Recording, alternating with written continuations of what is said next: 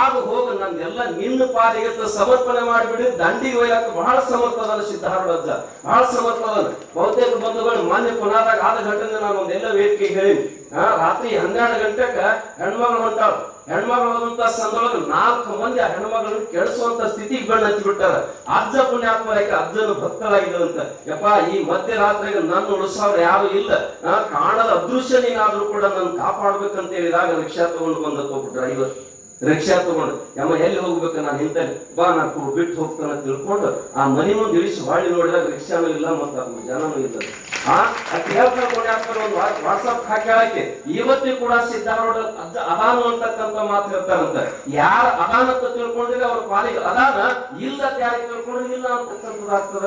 ಅಂತ ಒಂದು ಕಾಮಧೇನು ಕಲ್ಪವೃಕ್ಷರಾಗಿರ್ತಕ್ಕಂಥ ಸಿದ್ಧಾರೂಢ ಅಜ್ಜನ ನಾವು ಪುಣ್ಯಾತ್ಮರ ಅವರ ಆದರ್ಶಗಳನ್ನ ನಮ್ಮ ಬದುಕಿನಲ್ಲಿ ಕಿಂಚಿತ್ತಾದ್ರೂ ಅಳವಡಿಸ್ಕೊಂಡು ಬಿಟ್ರೆ ನಮ್ಗೇನು ಒಲಿದೇನು ಆಗೋದಿಲ್ಲ. ಅಂತ ಕಾರ್ಯವನ್ನು ಬಹುತೇಕ